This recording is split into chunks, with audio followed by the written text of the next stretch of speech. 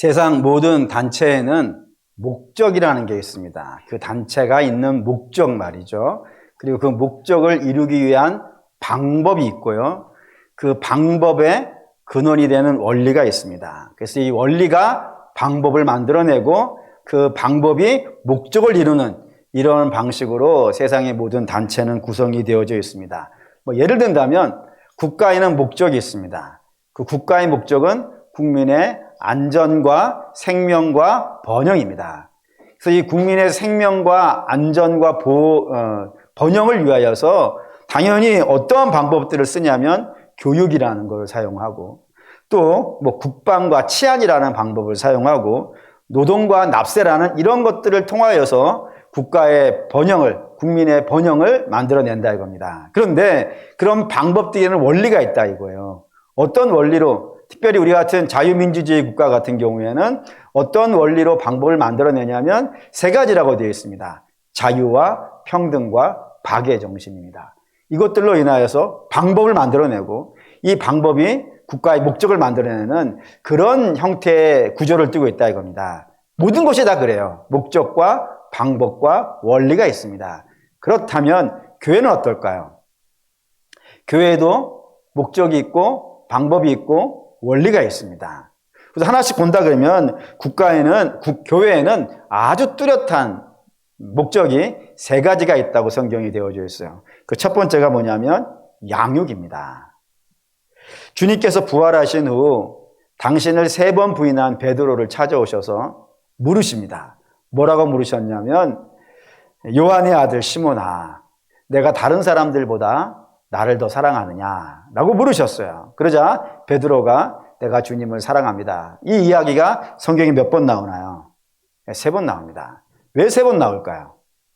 간혹 어떤 분들은 베드로가 예수님을 3번 부인했으니까 그 3번 시인하는 것으로 그의 믿음을 고백하는 것이다 라고 하시는 분도 있는 것 알고 있습니다. 딱히 그거에 대해서 반대하고 싶지도 않고 반박하고 싶지도 않습니다.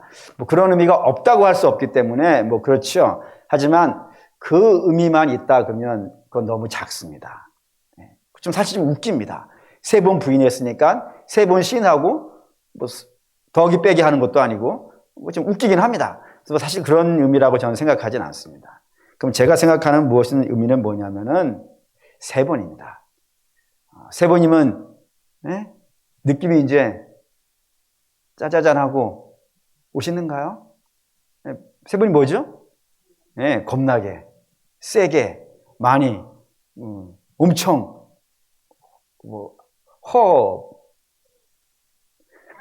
참 은혜로운 말들을 해야 돼요.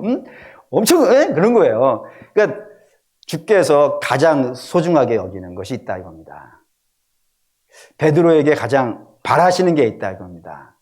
너무 바라는 것. 그가 꼭 이걸 해주었으면 좋겠는 것. 주님의 기대가 있다 이거예요. 그게 뭐라고요? 당신의 양을 먹이는 겁니다. 그게 중요하다고요. 이게 너무 중요해. 이게 너무 중요한 것인데 네가 수석 사도로서 이거 해줘야 되지 않겠냐라고 하는 주님의 바람이 여기에 있다 이겁니다. 근데 그것이 오늘 교회도 마찬가지라 이거예요. 여기 교회가 뭔지 아십니까? 교회는 건물이 아닙니다. 교회는 뭐냐면 고린도전서 3장 16절입니다. 읽죠? 너희가 하나님의 성전인 것과 하나님의 성령이 너희 안에 거하시는 것을 알지 못하느냐. 교회는 건물이 아닙니다. 교회는 무엇이냐면 주의 영이 거하시는 곳이에요. 주의 영이 어디에 거하신다고요? 우리의 마음 안에 있다 이거예요. 그러니까 여러분 한 분 한 분이 다 모인 거예요 지금. 여러분 한 분 한 분이 다 교회예요 지금. 이 건물, 그런 성도들이 모여 있으니까 교회지. 유럽에는 어마어마한 중세 때 세웠던 그 휘황찬란한 건물들이 있다면서요. 근데 그걸 교회라고 이제는 하지 않는단 말이에요. 지금 뭐라 그래요? 박물관, 술집, 백화점, 나이트클럽 이렇게 불린다고요. 그러니까 그 건물 안에 교회된 성도들이 없으면 십자가를 달았다 하더라도 교회가 될 수 없고, 비록 십자가를 안 달았을지는 모르겠지만 그 안에 십자가를 고백하는 성도들이 모여 있다면요, 그 교회라 이거예요. 그러니까 여러분 한 분 한 분이 다 교회예요. 그런데 그 교회된 성도들이 처음부터 그렇게 훌륭한 신자로 있을 수 있겠냔 말입니다. 없다 이거예요. 대부분이 다 처음에 거의 전부라고 해도 무방할 정도로 모든 사람은 다 처음에는 신앙생활을 어린 양같이 시작을 해요. 시원찮고 부족하고 미련하고 때로 한심한 존재로 시작한다 이겁니다. 그렇게 시작이 되어졌는데 그렇게 시작한 성도들이 점점 어떻게 되는 거예요? 자라가는 거예요. 근데 이게 어떻게 자라냐 이거예요. 물론 하나님이 역사하셔요. 하나님이 역사하시는데 하나님이 당신의 종들을 통하여서 하신다 이거예요. 통하여서 맡기신다고요. 네가 내 양을 돌봐라 해가지고 명받은 자들이 그 주의 귀한 어린 백성들을 가서 섬기고 사랑하고 돌보고 가르치고 먹이는 그 과정을 통하여서 성장해 가는 거예요. 그 대표적인 예를 봅시다. 갈라디아서 4장 19절 읽겠습니다. 나의 자녀들아 너희 속에 그리스도의 형상을 이루기까지 다시 너희를 위하여 해산하는 수고를 하리라. 이게 사도 바울이 갈라디아 교회를 향해서 한 말입니다. 근데 이 갈라디아 교회는 사도 바울이 개척한 교회예요. 다시 말하면 사도 바울이 가기 전까지는 예수를 알았다 몰랐다? 몰랐다 이거예요. 사도 바울이 가서 복음을 전해줬는데 그 복음을 전해주는 과정이 쉬웠다 어려웠다? 굉장히 어려웠다고 되어 있어요.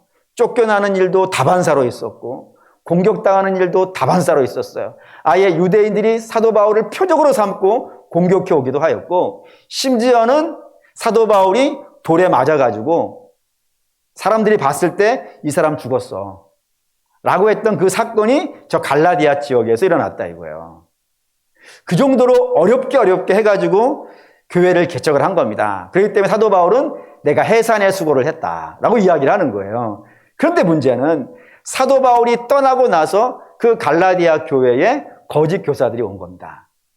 거짓 교사들이 와가지고 사도 바울이 전한 거를 바꿔버린 거예요. 그러니까 사도 바울은 뭘 전했겠어요, 여러분? 복음을 전했어요. 근데 거짓 교사들은 복음이라는 이름으로 다른 거를 전한 거예요.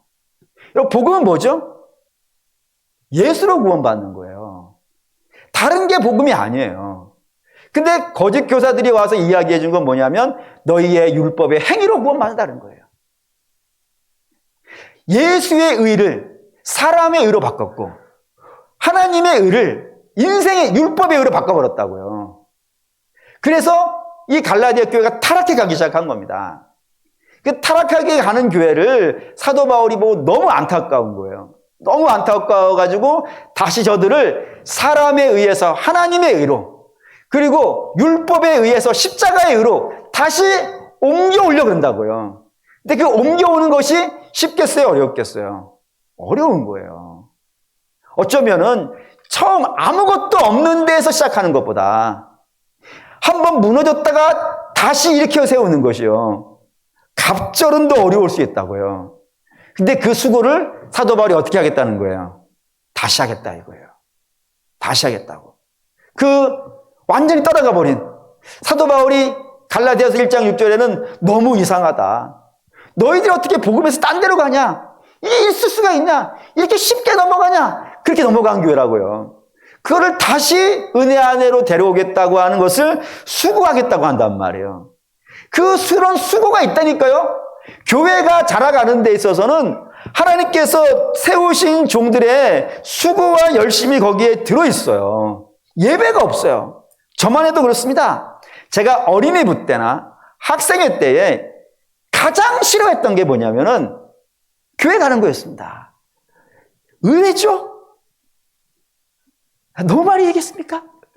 하지만 진짜입니다. 교회 가는 거 굉장히 싫어해가지고 교회 안 가려고 도망간 역사가 제 이력에 보면 어마어마하게 쌓여 있어요. 산으로 도망가고 들로 도망가고 안 도망다니는 데가 없을 정도로 도망다녔어요. 그런데 그럼에도 불구하고 저를 놓아주지 않은 제게는 너무 귀중한 선생님들이 있었어요. 저만 보면 울어주는 선생님들. 여러분 계시는데 그 중에 여러분 중에 아시는 분도 있을 수 있으니까 아시는 분 하나만 말씀드린다면 캄보디아에 계시는 이윤옥 선교사님 맨날 저 보면은 붙잡고 울었어요. 하나님 우리 불쌍한 박사님 용서해 주십시오. 궁일이 여겨주십시오. 저는 처음에 자꾸 저보고 불쌍하다 그래가지고 선생님 솔직히 말하면 미쳤다 생각했어요. 이게 어차피 미쳤나 이게. 그랬는데 어느 순간 제가 붙잡혀 있는 걸 봤죠. 다 그렇게 잘한다 이거예요. 그분의 눈물과 헌신이 한 교회 담임 목사를 만들어내는데 중요한 역할을 했다고 저는 자부하고 있어요. 그게 그분만 그런 것이 아니라 제가 교육자가 되고 나서도 그랬어요. 뭐 전도사가 되고 목사가 돼도 그런데 제가 우화영생교회 오기 전까지 세 교회에 있었어요. 첫 번째 있었던 교회는 한신교회고 그 한신교회에서는 저를 어마어마하게 지지해 주었던 분이 이주표 목사님. 그리고 성도로는 항상 제 옆에서 전도사님 최고예요 라고 외쳐줬던 한희수 집사님. 그때는 집사님이었는데 지금 어떻게 되는지 모르겠네요.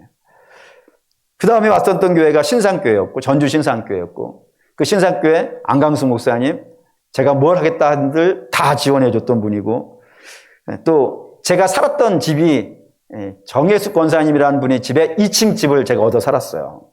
당신이 2층 집을 내주었던 그런 분이 있었고 또 제가 성방교회에 있을 때는 양태영 목사님 좀 이따 오후 예배 때 오셔서 임증예배 설교해 주실 텐데 저희는 뭐 어마어마하게 저를 지지해주고 응원해줬던 분이고 또 성도로는 군산에 가면 항도약국이 있는데 그 항도약국의 원장 되시는 서순철 장로님 지금 작고하셨지만 그렇습니다. 그분이 제가 하겠다 그러면 돈을 내시고 힘을 내셔가지고 다 지원해줬던 그런 분들이 있었어요. 한 분과 한 분 전부 다 제게는 영적으로는 부모 같은 분들이고 너무 소중한 분들입니다. 그런 분들의 헌신과 수고가 오늘 여기까지 오는데 혁혁한 역사를 이루어줬다고 저는 믿습니다. 근데 저만 그런가요? 저만 그런가요? 여러분 다 그렇지 않습니까? 혹시 여러분들 부모님이 신앙생활 안 했으면 여기에 안 와 계신 분들 꽤 여러분 계실 거예요. 또 여러분 중에는 모교에 다 있으실 텐데 그 모교회 목사님이 여러분들을 위해서 애써주고 수고해준 그런 이력이 있지 않습니까? 또 여러분들 중에는 좀 좋은 친구 만나셔서 신앙생활 시작하신 분도 있을 것이고 또 여러분들 중에는 또 어떤 믿음의 선생님, 믿음의 동료 또 어떤 경우에는 시집을 잘 와서 또 어떤 경우에는 장가를 잘 가서 다 고개를 끄덕여 보시죠. 제가 다 알고 있으니까. 그런 분들이 울어주고 인내해주고 견뎌주지 않았다면은 옳지 못했을 거예요. 다 그런 거 있어요. 그렇게 자라왔다고요. 그러니까 주께서 지금 베드로에게 천국 열쇠를 맡기시면서 그거를 시키는 거예요. 그러니까 베드로는 짱이 아니야. 그냥 지가 천국 열면 열리고 뭐 그런 개념이 아니에요. 베드로에게 주께서 천국 열쇠 맡기신 것은 너가 내 양이에요. 베드로의 양이 아니고 베드로의 것이 아니고 예수의 것이라고요. 그 예수께서 당신의 피로 사신 백성들을 맡기시고 너 다른 거 너 지금 실패했다고 지금 뭐 3번 부야 이런 거에 낙심하지 말고 내가 너한테 교회 맡기니까 내 양 맡기니까 그들을 잘하게 하려고 그들을 위해 기도해주고 그들을 위해 신방하고 그들을 위해 설교하고 그들을 위해 애써라. 그러는 중에 너도 잘할 것이고 그들도 함께 잘하는 역사 있을 테니까 이거 하라라고 명하신 거라 이겁니다. 3번이나 강조하면서요. 그 명령이 오늘 저와 여러분에게도 있다 이겁니다. 여러분 중에는 가르치셔야 되는 분이 있으면 여러분 가르치셔야 돼요. 양육하셔야 돼요. 근데 여러분 중에는 지금 양육 받으셔야 되는 분이 있어요. 양육 받으세요.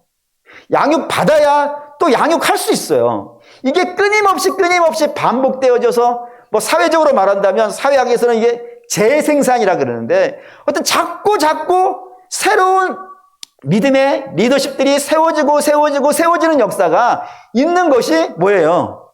그게 교회예요. 그런 거 해야 된다 이겁니다. 이게 첫 번째 교회의 목적이고 두 번째 교회의 목적은 교제라고 되어 있습니다.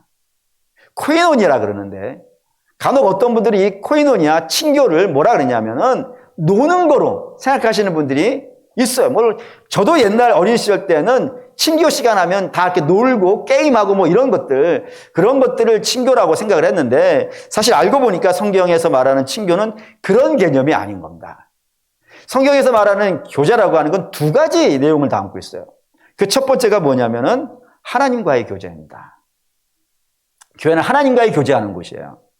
근데 우리 알다시피 우리는 하나님과의 교제가 되는 사람이에요, 안 되는 사람이에요? 안 되는 사람이에요. 왜요? 하나님은 죄하고 같이 하지 않으시거든요.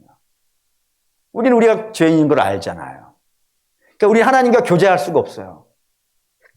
교제는 고사하고 같이 있을 수가 없어요. 그래서 주께서 구약의 이스라엘에게는 뭐라 하시냐면은 이 경계 안으로 들어오지 마라. 너희가 들어오면 내가 돌진해서 너희를 칠까 겁나니 이 경계 안으로 들어오지 말라라고 하실 정도였다고요. 같이 있을 수 없어요. 교제할 수 없어요. 그런데 우리는 지금 하나님과 교제한다 이거예요. 어떻게 해서요? 저 예수 그리스도의 보혈의 능력이에요, 그게. 보혈의 능력이 우리의 죄를 감쌈으로 말미암아서 이제 하나님과 우리가 화목하게 되었다 이겁니다. 그래서 예수 그리스도를 뭐라 그러는 거예요, 우리가? 화목 제물이라 그런다고요. 하나님과 우리 사이를 교제하게 하시려고 당신이 화목 제물 되어서 죽으셨다 이겁니다. 그렇기 때문에 우리는 항상 뭘로만 하나님을 만날 수 있냐면 예수 그리스도 안에서 만날 수 있어요. 십자가를 통해서만 만날 수 있어요. 그 만남이 이루어지는 장소가 어디예요? 그 예배 자리예요. 예배 자리예요. 그러니까 예배 자리는 하나님과 우리가 예수 그리스도를 사이에 두고 만나는 자리라 이거예요. 그러니까 예수 없이는 만날 수 없어요. 반드시 예수를 통하여서 이 예배 자리에 만나는데 문제는 이 예배를 우리가 어떤 마음으로 드리냐 이거예요. 어떤 마음으로. 이거 한번 보시죠. 요한복음 4장 23절 24절 읽겠습니다. 아버지께서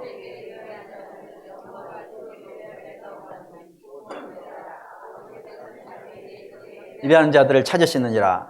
하나님은 영이시니 예배하는 자가 영과 진리로 예배할지니라. 예배를 어떻게 드려야 된다고요? 영과 진리로. 영과 진리, 여러 개 설명하려면 여러 가지 있을 수 있지만 오늘 쉽게 갑시다. 뭐냐면 여러분 진심으로 만나셔야 돼요. 왜 우리가 하나님을 예배를 진심으로 드려야 돼요? 하나님도 이 자리에 진심으로 오시기 때문입니다. 하나님이 진심으로 오셨다는 걸 어떻게 아실 수 있어요? 아들을 내놓으신 거 아니에요. 아들을 통해서 만나신다면서요. 아들을 내놓는 것보다 더 진심이 어디 있어요? 그보다 더 놀라운 진심이 어디 있어요? 하나님은 아들을 내놓고 만나시는데 그 진심으로 만나는데 우리는 허심으로 만난다면요. 몸만 와서 만난다면요. 그게 교제가 되겠습니까? 교제가 안 되겠죠. 진심으로 하나님이 이 자리에 임하시니 우리도 예수 앞에 진심으로 나와서 함께 진심으로 만나는 역사, 그것이 뭐라고요? 예배라 이거예요. 그게 교제예요. 하나님의 진심과 우리의 진심이 만나서 함께 예수 그리스도에 와서 함께 사랑을 나누고 함께 말씀을 듣고 함께 은혜를 나누는 그런 역사가 있는 곳이 예배라 이겁니다. 그게 하나님과의 교제예요. 근데 이 교제가 또 하나가 있으니 그 교제가 뭐냐면 성도 간의 교제예요. 이 성도 간의 교제, 이건 이런 겁니다. 그냥 노는 게 아니고요. 예수 그리스도를 중심으로 우리는 연합되어져 있다 이겁니다. 야 보시죠. 에베소 4장 15절 16절 읽겠습니다. 오직 사랑 안에서 그에게까지 자랄지라. 그는 머리니 곧 그리스도라. 그에게서 온몸이 각 마디를 통하여 도움을 받음으로 연결되고 결합되어 각 지체의 분량대로 역사하여 그 몸을 자라게 하여 사랑 안에서 스스로 세우느니라 했습니다. 그러니까 예수 그리스도가 머리예요. 그리고 주께서 구원하신 백성들을 전부 다 어디다 갖다 붙였다고요? 당신의 몸에, 머리 밑에다 다 붙였다고요. 예를 들어 저는 목하고, 예를 드는 거니까요. 저는 목하고 여러분들 중에는 목통 하셔야 되는 분이 있고 여러분들 중에는 왼팔, 여러분들 중에 오른팔, 또 여러분 중에는 왼다리, 여러분 중에는 오른다리, 왜 이렇게 각 지체로 붙어 있다고요. 주께서 그렇게 붙여놓으셨다고요. 붙여놔서 함께 연합해서 자라야 되는데 문제는 이게 붙어 있는데 말이죠. 지 마음대로 놀면 돼요, 안 돼요? 팔은 팔대로 놀고 다리는 다리대로 놀고 목은 목대로 놀고 이게 자기 마음대로 놀면요. 안 된단 말입니다. 그래서 주께서 이런 기도를 하나 해놓으셨어요. 요한복음 17장 11절 읽겠습니다. 나는 아니하오나 그들은 세상에 있사옵고 나는 아버지께로 가옵나니 거룩하신 아버지여 내게 주신 아버지의 이름으로 그들을 보존하사 우리와 같이 그들도 하나 되게 하옵소서. 하나 되게 하옵소서를 우리가 하나 되게 하옵소서를 누가 기도해 놓은 거라고요? 예수님이 기도해 놨다고요. 근데 그 하나 되는 원리를 뭐라고 해놨냐면은 우리가 하나 된 것 같이라고 했다고요. 여기에서 우리는 누굴까요? 예수님에게서 우리예요. 예수님에게서 우리라면은 성부와 성자와 성령이에요. 이 세 분이 하나 된 것과 같이예요. 놀랍죠? 이분들 어떻게 하나 되겠어요? 성부, 성자, 성령 하나님은 각각 다른 하나님이에요. 각각 다른 영광을 가지고 있는데 그 영광의 높이가 똑같아요. 권능도 각자 가지고 계시는데 그 권능도 누구는 높고 누구는 낮고가 아니라 성부, 성자, 성령 하나님은 동일하단 말이에요. 그래서 성삼위 일체란 말이에요. 그런 하나님이라고요. 근데 그런 하나님이 어떻게 하나 될 수 있을까요?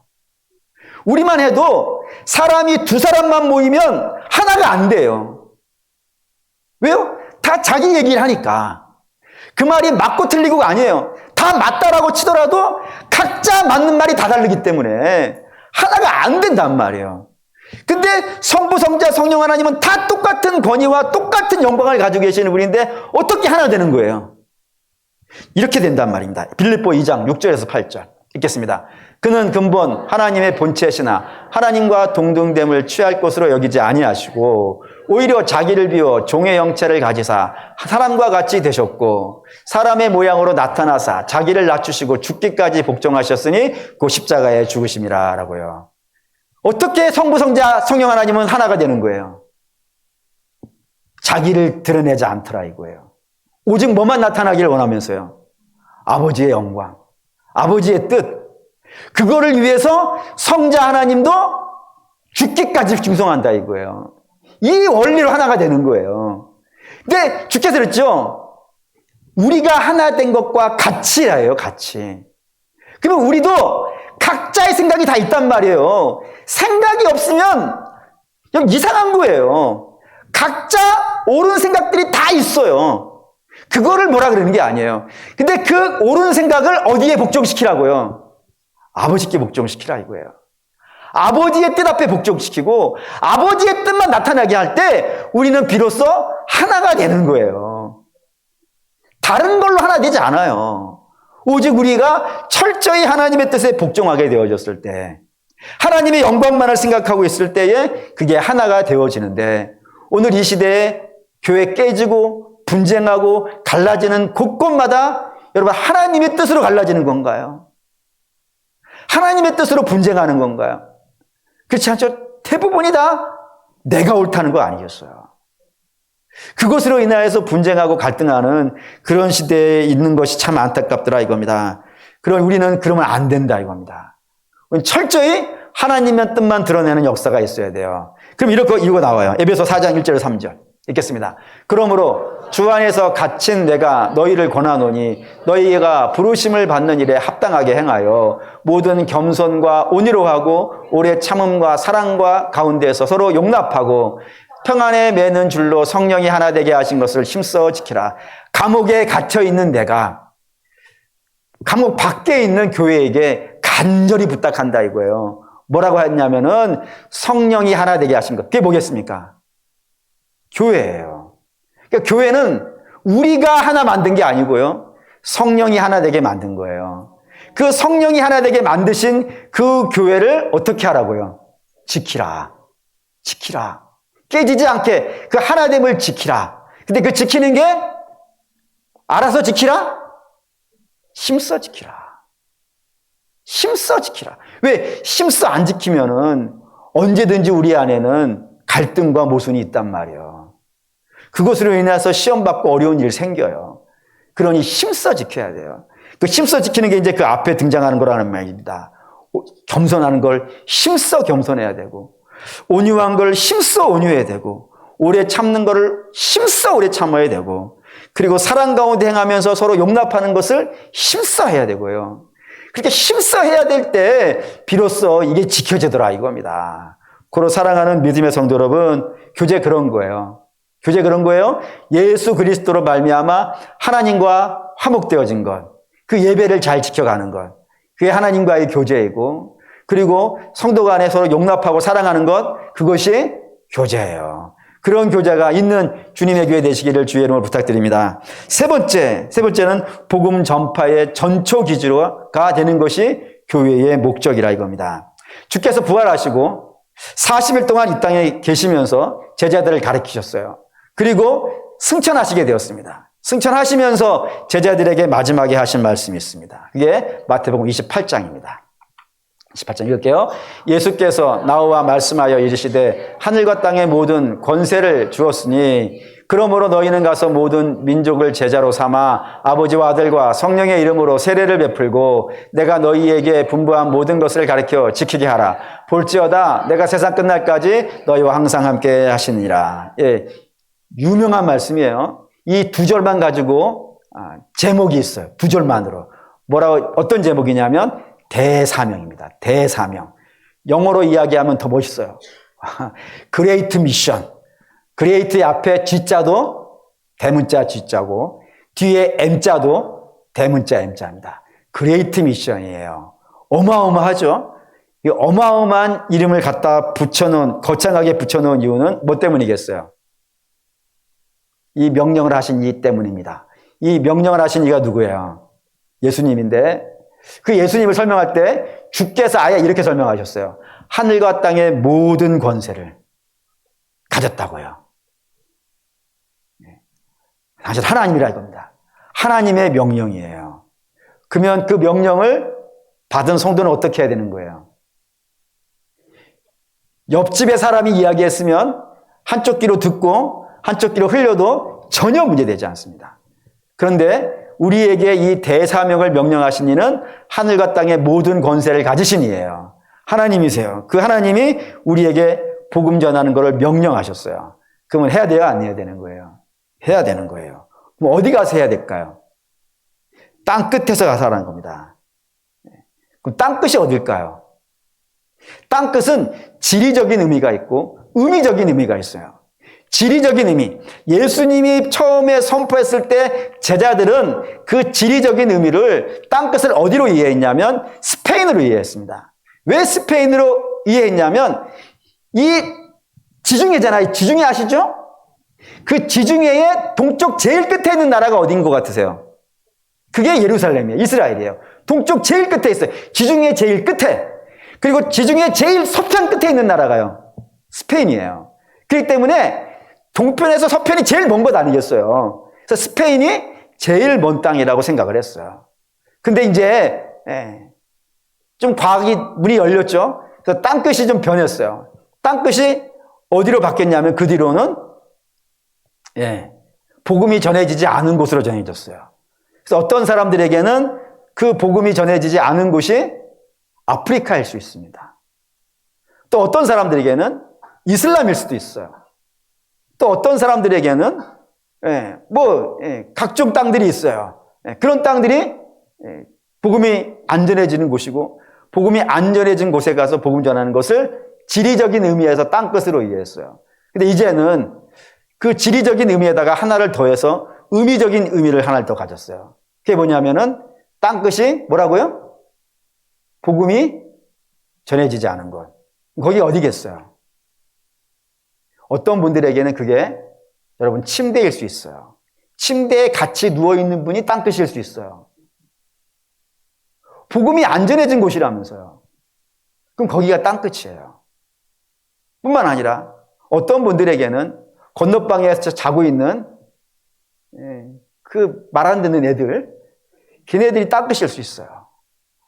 또 어떤 분들에게는 뭐 옆집, 직장, 어쨌든 복음이 전해지지 않은 곳이라면, 복음을 알지 못하는 곳이라면, 예수를 믿지 않는 곳이라면 그곳이 어느 곳이든지 땅끝이 되어진다 이겁니다. 거기 가서 복음을 전해야 된다 이거예요. 그게 사명이라 이겁니다. 근데 이 사명을 안 지킨 교회가 하나가 있었어요. 안 지킨 교회가 하나가 있었어요. 그 교회가 어디냐면 의외로 예루살렘 교회입니다. 주께서 승천하시면서 오직 성령이 너희에게 임하시면 너희가 권능을 받고 예루살렘과 온 유대와 사마리아 땅끝까지 이르러 내 증인이 되어야 된다고 했습니다. 조건이, 내용은 뭐였어요? 땅끝으로 가라는 것이고, 조건은요, 성령이 임하시면이에요. 그럼 성령이 임하시고 나면 예루살렘 교회는 뭐 해야 되는 거예요? 복음을 들고 나가야 되는 거예요. 그러면 사도행전으로 말하면은 성령이 2장에 임하셨어요. 사도행전 2장에 임하셨어요. 그러면 땅끝으로 언제 가야 되는 거예요? 2장 뒤는? 2장 뒤가 3장이라는 걸 모르시는 분들은 한번 심각하게 생각을 해보셔야 돼요. 3장에 나가야 되는 거예요. 근데 3장에 나가요, 안 나가요? 안 나가요. 뭐 하고 있냐면은, 물론 이게 나쁘다고 하긴 좀 그래요. 베드로가 2장에서 성령 받고 나서 전도를 했어요. 그러자 5천 명이 회개하고 돌아오는 역사가 있는 겁니다. 근데 이게 시간이 지나면서 3장에는 성전 미문에 앉아 있었던 신체 장애자를 은과금은 내게 없으나 내게 있는 건 내게 주니 곧 나사렛 예수의 이름으로 일어나 걸으라. 이게 3장에 있는 내용이에요. 그 4장에는 그것으로 인하여서 막 바리새인들이 잡아가서 막 문책하고 막 이런 얘기 쭉 나와요. 그리고 5장에는 뭐가 나와요? 아나니아와 삽비라가 나와요. 아나니아와 삽비라는 뭔 얘기예요? 4장 끝에 바나바, 요한이라고 불리는 바나바가 돈을 내놓는 장이 나와요. 헌금을 해가지고 그 헌금으로 교회가 먹고 살고, 그리고 또 바나바는 교회에서 바나바라는 이름, 지존자라는 이름을 주는 게 나와요. 그래서 5장에는 뭐가 나와요? 아나니아와 삽비라가 그 바나바라는 이름을 탐내가지고 헌금을 내니 안 내니 하다가 주는 이야기가 나와요. 그 6장에는 뭐가 나와요? 구제를 히브리파 과부를 구제하느냐, 헬라파 과부를 구제하느냐, 이 문제 갖고 교회가 싸움이 나는 장면이 나와요. 언제 복음 들고 나가려고 그러는 거예요? 여러분, 교회가 주께서 복음을 전하라 했는데 안 하고, 물론 구제가 나쁜 게 아니에요. 당연히 해야 되는 일이고 중요한 일이에요.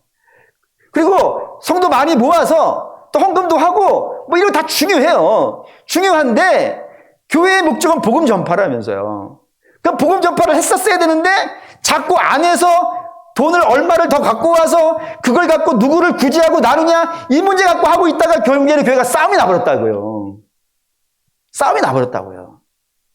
그래서 주께서 어떻게 하시냐면 당신의 보호막을 걷어버리시는 거예요. 하나님의 심판은 항상 비슷해요. 예를 들어 요백에도 보호막을 걷으니까 사단이 들어온단 말이에요. 다윗도 보호막을 걷어버리신다고요. 그러자 그의 인생에 어마어마한 환난도 발생이 되어주고 뭐 다 그래요. 베드로도 주께서 보호하고 있었기 때문에 사단이 키질하지 못했었는데 그걸 걷어버리신다 그랬더니 베드로가 부인해버리잖아요.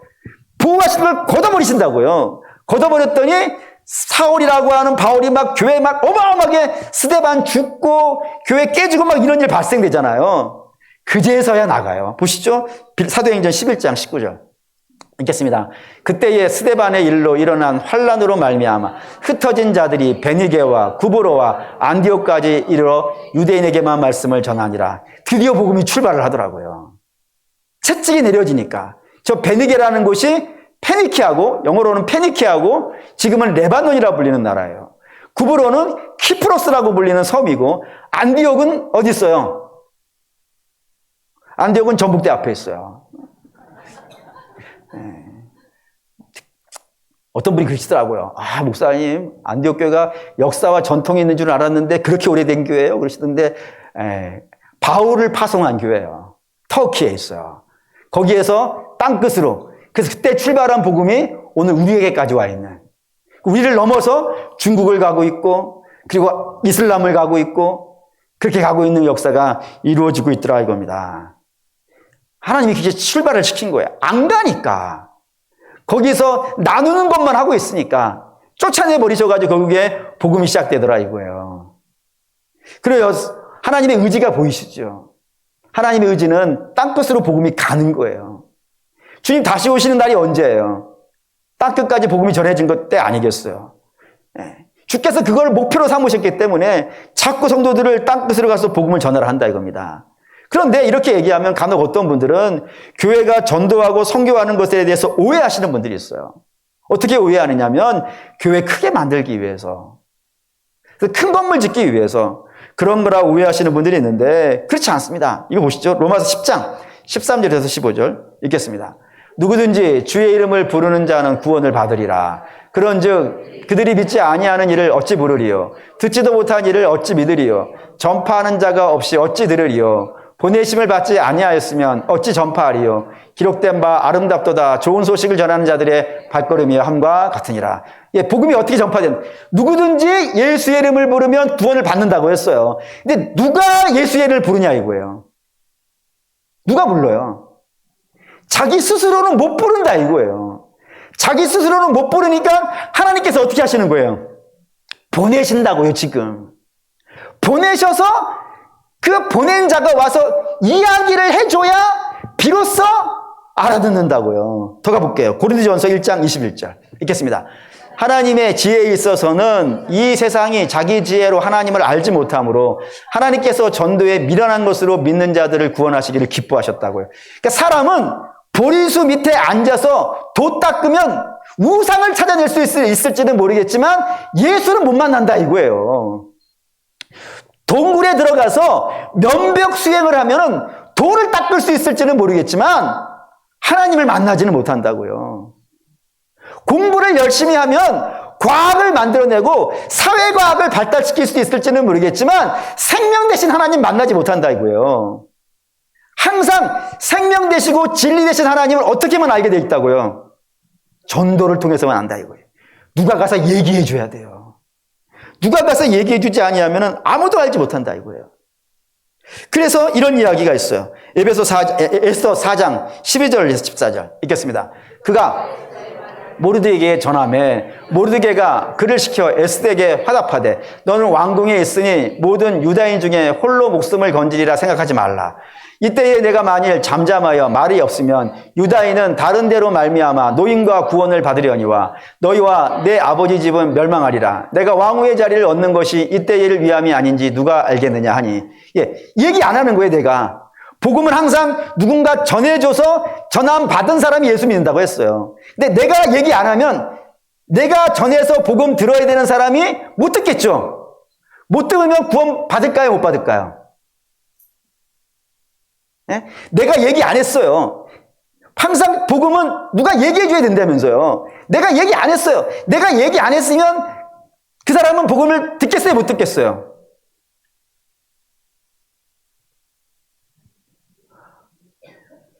아니 이걸 어떻게 설명을 해야 되지? 내가 얘기를 안 했다니까요? 귀찮아가지고 바빠가지고 얘기 안 했어요. 그러면 그 사람은 복음을 듣겠어요? 안 듣겠어요? 그래요. 그렇게 얘기를 해줘야지 틀렸다고 얘기할 거 아니겠어요? 읽었잖아 지금. 그래서 네가 얘기 안 하면 하나님 못할 거 같냐? 이거예요. 하나님이 당신이 구원하기로 한 백성을 나를 통해서 하려고 하셔요. 그런데 내가 안 한 거예요. 그러면 하나님 못할 것 같냐? 하나님은 다른 자를 통해서 그 일을 하실 거야. 근데 네가 안 하면 너가 책망받을 거야. 그 사도 바울도 그것 때문에 이렇게 얘기한 거잖아요. 내가 복음을 전하지 아니하면 내가 하나님께 책망받을 것 같다. 사랑하는 믿음의 성도 여러분, 교회는 끊임없이 복음을 전해야 돼요. 교회를 크게 하기 위한 것이 아니라 내게 주신 하나님의 사명이기 때문에 반드시 해야 된다 이겁니다. 그래서 세 가지 해야 돼요. 교육과 양육과 교제와 복음 열심히 전해야 된다 이겁니다. 어떤 방법으로요? 방법이 있다면서요. 그 방법이 리더십이에요. 교회는. 제가 왜 오늘 이 설교를 하는지 아시겠죠? 오늘 오후에 우리 리더십 세울 거예요. 장로님 세울 거고 안수 집사님 세울 것이고 그리고 권사님 세울 거예요. 그분들을 세우는 이유가 뭐예요? 이것 때문이에요. 보시죠. 디모데후서 2장 2절 읽겠습니다. 또 내가 많은 증인 앞에서 내게 들은 바를 충성된 사람에게 부탁하라. 그들이 또 다른 사람들을 가르칠 수 있으리라 라고요.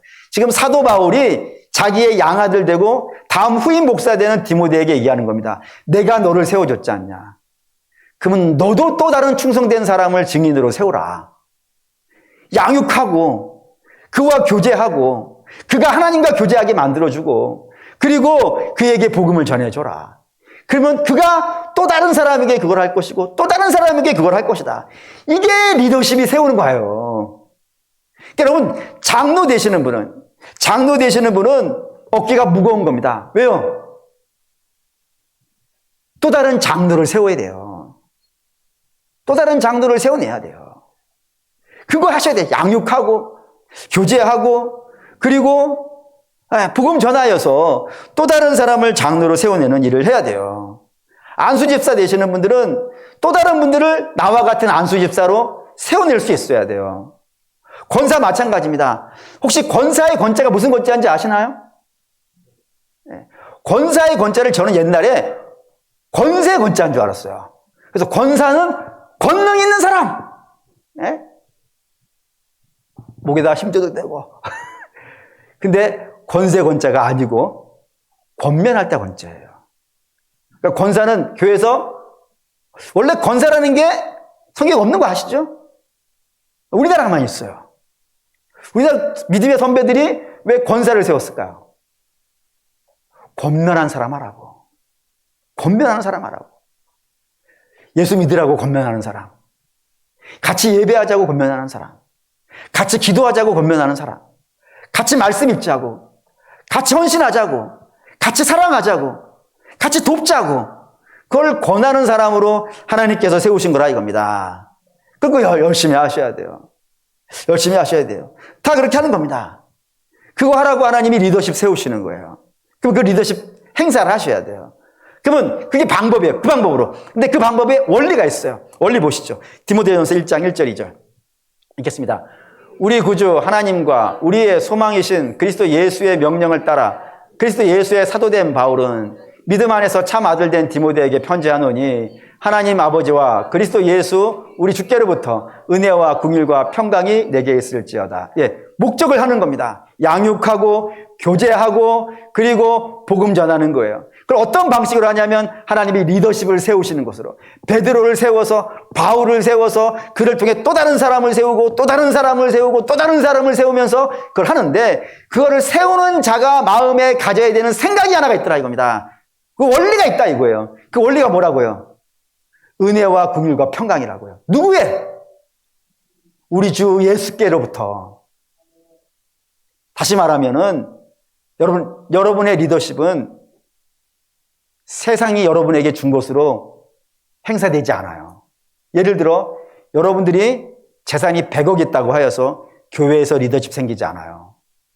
여러분들이 사회에서 직함이 어마어마하다고, 가장 높은 직함이 대통령이겠죠. 대통령쯤 되어진다고 해서 교회에서 리더십 생기지 않아요. 여러분들이 똑똑해가지고 박사학위를 1000개를 가지고 있다 하더라도 교회에서 리더십 생기지 않아요. 그리고 그런 걸 가지고 교회에서 리더십 행사할 수도 없고 역사를 만들어낼 수도 없어요. 오직 교회의 리더십은 예수께서 우리에게 주신 은혜와 예수께서 우리에게 주신 긍휼과 예수께서 우리에게 주신 평강이 있어야 돼요. 이걸로 해야 돼요. 이거 아니면은 다시 해산의 수고 못 해요. 왜? 열받잖아요. 열받지 않아요. 우리가 같이 하자 그러면 모든 사람이 다 잘 따라와 준다면 무슨 문제가 있겠어요? 내 뜻대로 안 되는 게 교회 일이에요. 진짜로 안 돼요. 우리 주님도 교회를 세우시기 위해서 당신을 죽이셔야 됐는데 우리가 생각대로 되겠습니까? 우리가 계획 딱 세우면 그 계획에 쫙 맞아서 가겠습니까? 안 그렇습니다. 우리만 해도 그러잖아요. 저만 해도 그래요. 아까 말씀드렸다시피 저 쉽게 목사 되지 않았어요. 쉽게 신앙 여기까지 오지도 않았어요. 저는 우리 선생님 어마어마하게 속속 얘기한 사람입니다. 근데 그때 선생님이 너 귀찮다 해가지고 포기했다면 그것까지 갖고도 없이 더 가보죠. 바울이 그러고 있을 때에 예수께서 포기하셨다면요. 베드로가 그러고 있을 때에 너 3번이나 나를 부인했냐? 하고 포기해버리셨다면요. 누가 베드로가 될 수 있겠으며 누가 바울이 될 수 있겠어요? 그 주님의 크신 은혜와 그 주님의 그 긍휼하심과 그 주님의 평강하심이 그들을 세워낸 거 아니겠어요? 그것이 우리에게 있어야 돼요. 그것이 우리에게 있어야 여러분들의 리더십이 양육이 되어지고 교제가 되어지고 그리고 복음 전파가 되어지지. 우리의 힘으로 하려고 그러면은 여러분 조금 하다가 넘어질 거예요. 좀 하다가 실망할 것이고 좀 하다가 다절해가지고 아무것도 이루지 못하고 그냥 낙심하는 심령이 될 거라 이겁니다. 그러지 말라 이겁니다. 그러지 말고 사랑하는 우리 믿음의 성도 여러분, 오늘 직분 맡으시는 분이나 이미 직분 맡으신 분이나 앞으로 직분을 맡으실 분이나 그리고 이미 훌륭하신 분이라 모두가 다 관계없이 여러분에게 주님의 은혜와 긍휼과 평강이 있기를 원합니다. 그리고 그 은혜와 평강과 긍휼로 여러분들의 리더십을 사용하십시오. 그리고 그 리더십으로 하나님의 양육을 하고 그리고 주와 교제하시고 성도들과 교제하시고 복음을 전파하십시오. 하나님의 때에 아름다운 역사가 놀랍게 나타날 줄 믿습니다. 그런 역사가 있는 주님의 교회 되시기를 주의 이름으로 축원합니다. 아멘. 결단하시죠.